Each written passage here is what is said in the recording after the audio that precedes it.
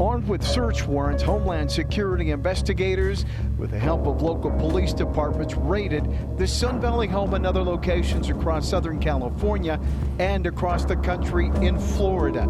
According to the U.S. Attorney's Office in Los Angeles, 13 members of an Armenian organized crime syndicate were arrested. The charges they face range from attempted murder, bank and wire fraud, and cargo theft.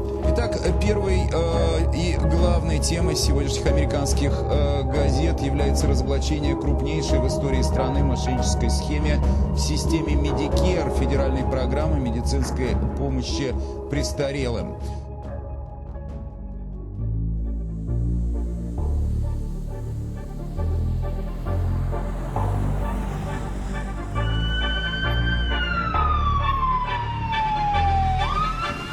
It's July 2023. A gunman is seated in the bed of a red Ford F-150, wielding a machine gun as the driver of the car speeds down a suburban road in Los Angeles. The car's headlights illuminate the dark road in front of them as they stop at the lavish apartment of Robert Emiriani, a Hollywood area apartment bought by the proceeds of a vast theft empire. Emiriani was an autoritet, a term used for members of the Russian Mafia, known as the Vori Vysokonye, thieves-in-law. A vor was usually a Russian criminal dedicated to a life of crime that included elements like swearing off the legal world and an oath of silence, common amongst criminal empires. The autoritet were a lower rung in these Russian organized criminal groups, a position of authority in their vast hierarchy, and for Armenian criminals like Emiriani aligned with the Russian Mafia, it was enough to make him a boss on America's lavish West Coast. The gunman had been sent out by Emiriani's rival, Ara Artuni, who had been actively trying to take out Emiriani's Armenian gang since 2020. The F-150 drove up by the building where the gunman saw Emiriani sitting out on a balcony with his wife and opened fire, spraying the two as Emiriani shielded her from the gunfire. It was just one violent incident in an explosion of violence in Los Angeles, related to the city's vast network of Armenian organized crime. For decades, Los Angeles had been the home to Armenian gangs engaged in a vast criminal empire. But it was the first time in history that truly structured clans of Russian-backed criminal organizations would make the city into a war zone. Los Angeles had become their center stage of operations, and they were making hundreds of millions of dollars from theft, ripping off not just medical suppliers, stealing identities, and hijacking trucks, but even stealing $84 million from Amazon, one of the world's largest corporations. Emiriani would survive the shooting, but what would follow in the fallout would be even more violence, as he fought to secure his hold over the city from a rival autoritet. According to court documents, Armenian organized crime, which has ties to the Russian Mafia, made LA County a hub for its U.S. operations. Investigators say there's been a power struggle inside the crime ring, leading to murder attempts and kidnapping.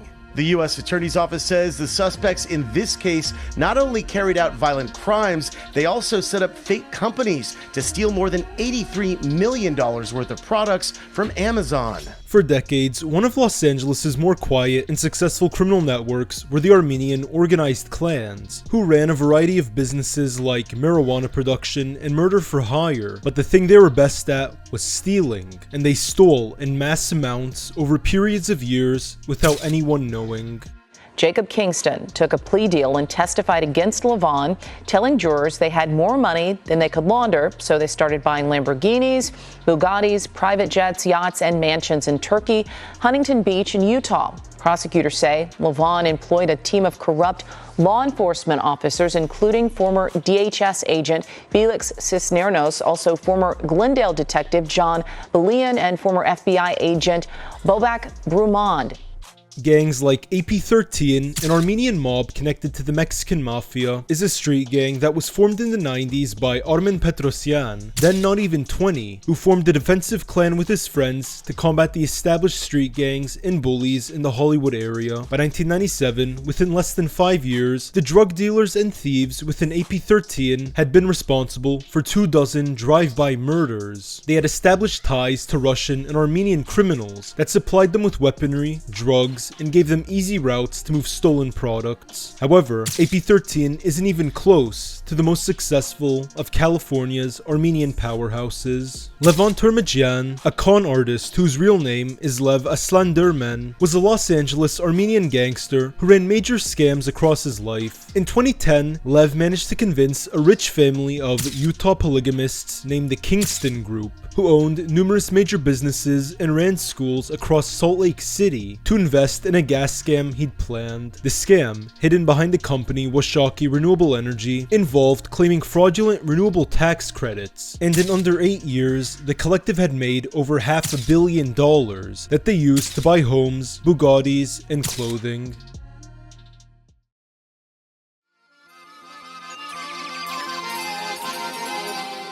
Before the wave of Armenian gang violence that struck LA in the 2020s, things had been relatively peaceful in Hollywood due to the presence of Armen Kazarian. Kazarian, standing at 5'3", had moved to Glendale, a large city within Los Angeles County. After fleeing Armenia as a refugee, he moved into a luxury condo tower and drove around in a white Rolls Royce, which had immediately brought attention to him. He, in fact, was a vor vezakonya, a thief-in-law from Armenia who walked around in tracksuits and became the kingpin of Armenian organized crime on the West Coast, and set up an elaborate theft operation. Officers in the city watched him drive his Rolls Royce between restaurants and spas, meeting with other thieves, drug dealers, and everyone in between. Included in his crew were Avtoritet leaders David Mirzoyan and the Brooklyn-based Robert Tarjanyan. Kazarian's major scheme involved Medicare. He found a loophole in the system that allowed him to run the largest Medicare fraud in American history, and assembled a crew of 73 Armenian gangsters between LA and New York to steal $163 million. The FBI says an Armenian-American organized crime group based in New York and Los Angeles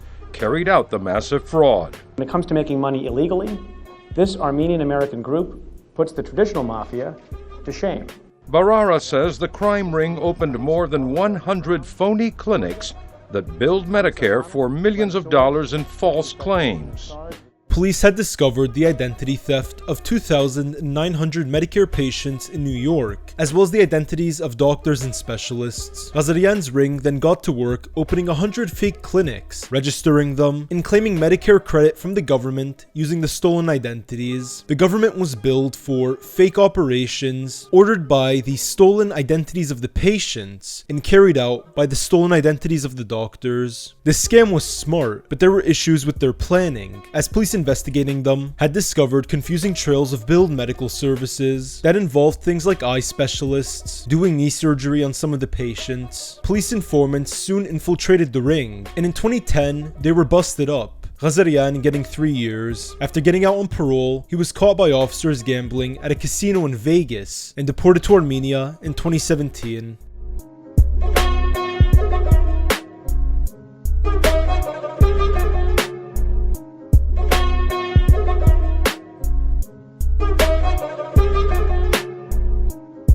With him out of the picture, Los Angeles' Armenian underworld fell into the hands of Ara Artuni and Robert Amiriani, two Avtoritet who soon became butting heads as their families went to war.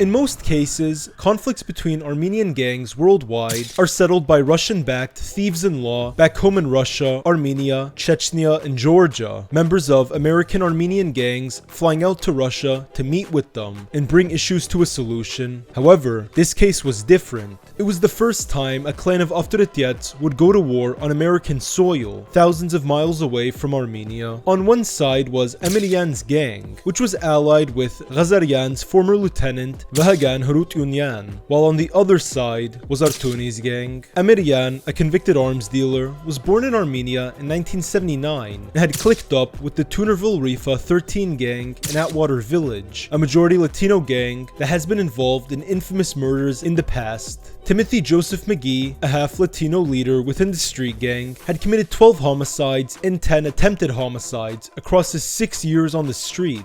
getting the death penalty in 2009. Emiriani, who lived in Hollywood, was a large-built, bearded gangster, while Artuni was the opposite, fully clean-shaven and bald. Artuni was an Armenian, born as an Iranian native who had immigrated to the United States, and unlike Emiriani, had a clean record and ran a crew of Armenians in Los Angeles that robbed banks, filed fraudulent insurance claims, led credit card bust-outs, and even ran an Amazon racket. Artuni's gang formed a series of fake trucking companies and applied for roles as Amazon carriers. Using these applications, between 2021 and 2024, the crew began running up orders for Keurig pods, coconut body scrub, air fryers, and other commonly ordered products that had become popular following the COVID lockdowns. They then got the shipments to send out to the distribution centers and drove the trucks off route. They would stop the trucks far off the route, steal the items, and leave. In the 3 years that they operated the scheme, Artuni's men managed to nab and sell off a total of $83.5 million from Amazon's products. Their theft operations were widespread and efficient, and managed to afford them lifestyles that most Americans won't see across their lives, allowing the Armenian gangsters to purchase homes in Glendale and Hollywood, and drive around in G-Wagons and Rolls Royces. But that level of criminal success also brought violence with it.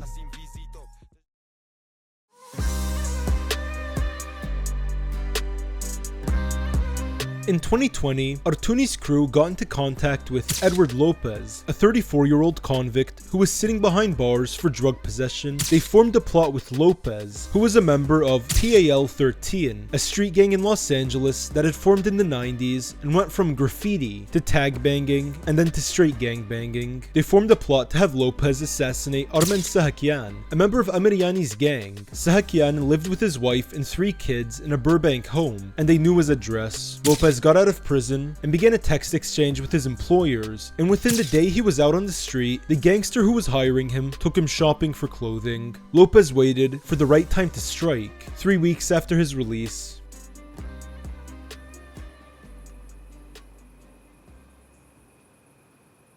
In the very early hours of July 21st, 2020, at around 1 a.m., while Sahakian and his wife slept in their upper floor master bedroom, Lopez put on a clown mask and black clothes, entered through an unlocked sliding door in the home, and crept in, pulling out his handgun. He went upstairs and saw the couple sleeping, raised the gun, and opened fire, hitting both Sahakian and his wife. Sahakian survived the initial shots, got up in a panic, and leapt for his revolver. He fired back, hitting Lopez, who continued shooting, before fleeing. He jumped from the upstairs balcony, fell onto the driveway, and began bleeding out as he threw his gun under Sahakian's Rolls Royce. When officers arrived at the scene of the shooting, they found Lopez dead in the driveway, his car and phone unattended nearby. They entered the home to find Sahakian dead on the floor, and his wife bleeding out profusely in bed, alive but unable to move or speak. However, that was a one-off shooting, and Artuni wouldn't target Emiriani until 2023, when the violence between them was reinvigorated in rapid speed.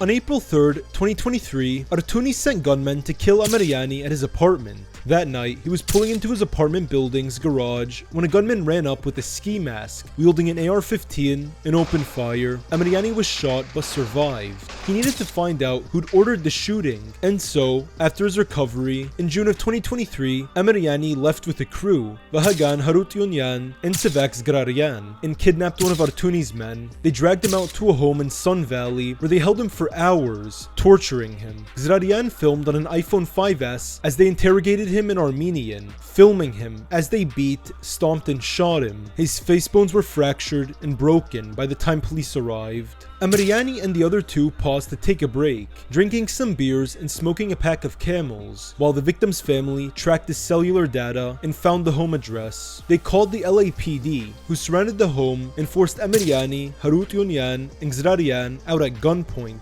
arresting them. They found the video on the iPhone 5S, where the man being tortured revealed to his captors that Artuni had ordered the hit and that members of the Mexican Mafia had carried it out for him. Police searching the home found bullet holes in the walls, blood all over the floors, a van used to kidnap their victim which was filled with blood, and a backyard pool that was too murky to see through. They used an LAPD dive team to enter the pool, where they found a series of handguns that had been thrown in the water. The victim, sticking to his oath of silence, refused to implicate his captors and even told the cops that the men inside the home weren't guilty. A month later, Artuni retaliated. In July of 2023, a gunman seated in the bed of a red Ford F-150 stopped at Emeriani's Hollywood apartment, where he and his wife were sitting on the balcony. He got up and fired his AR-15 at the couple, and Emeriani shielded his wife as he was struck several times in the abdomen, but survived as his would-be killers fled. The next hit was against Harut Yonyan. In 2020, Harut Yonyan had moved into a nice 2-story stucco home in North Hills and told his fellow neighbors that he gambled for a living. The Armenian native had been rounded up with Kazarian back in the 2000s after he'd been caught passing $1.5 million in Medicare checks to a fellow gangster to cash for him, unknown to him that that gangster was actually an undercover immigration officer. Around the time of the conflict, Harut Yonyan had moved into a stucco home, replacing the fence around the home with a solid metal wall to avoid getting gunned down by someone standing nearby. However, he'd underestimated the lengths Artuni was willing to go. At the end of July 2023, a hitman hired to kill him flew a drone over the home to evade the metal wall, spotted Harut Yonyan, and confirmed it was his home and the layout of the property. He saved the footage on his phone to prepare for the job.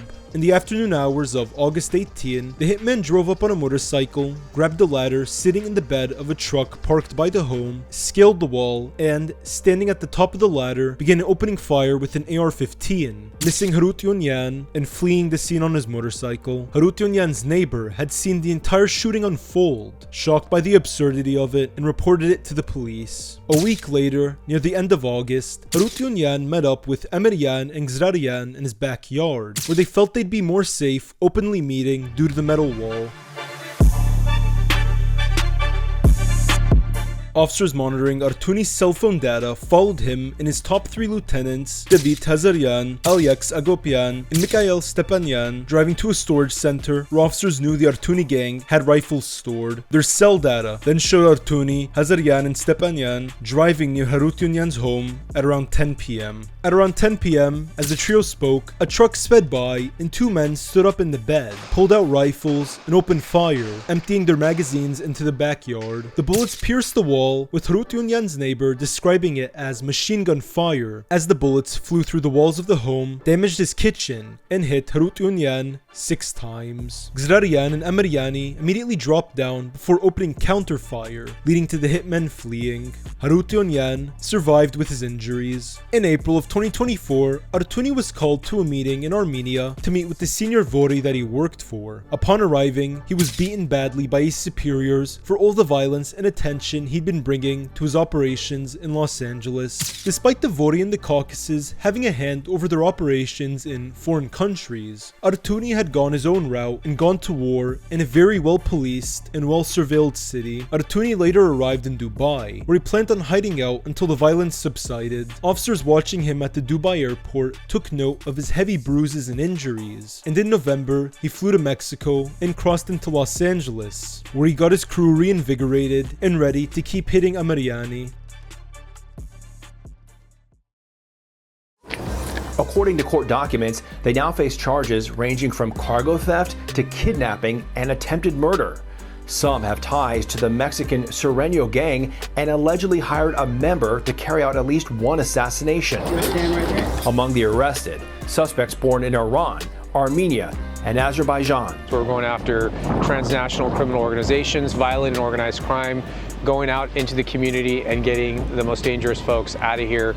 In March of 2025, at around 11 p.m., gunmen in Universal City, Hollywood, watched Emeriani's wife drive up to her apartment garage, her children in the backseat of her Escalade. They ran up, wearing masks, and opened fire on the car, hitting her non-fatally but injuring her, and fortunately missing her children as they sped off. The attempted murder of a wife and her 2 kids was a shocking shooting in an upscale area that brought way too much attention to the gang. Officers had been surveilling their operations for months by that point. and were starting to get ready to make a move. On March 28, at around 10:45 p.m., gunfire erupted in Sun Valley outside Kazarian's home. He'd been sitting in his BMW when gunmen drove up and used rifles to open fire at the car, shooting it 15 times and shattering the glass. Kazarian was alive, but had been hit in the torso numerous times and was immediately driven to a hospital.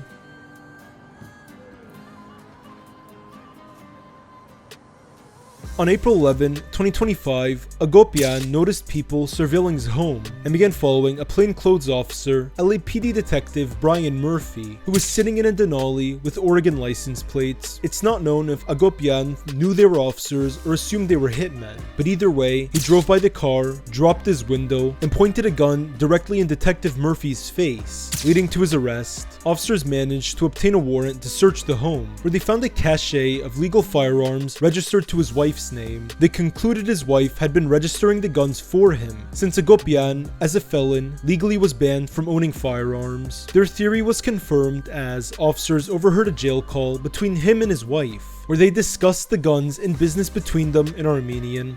Things were escalating. In just 2 years, Los Angeles' upscale neighborhoods had become the home to a gang war that was marked by high-power rifles and military-style weapons being blasted in public at men, women, and children. And so, the police surveillance operation on the two rival gangs began to come to a close. The Armenian gangsters were no longer safe in their own homes, being gunned down in their homes, driveways, and garages, and they were paying a bloody price for their years of theft.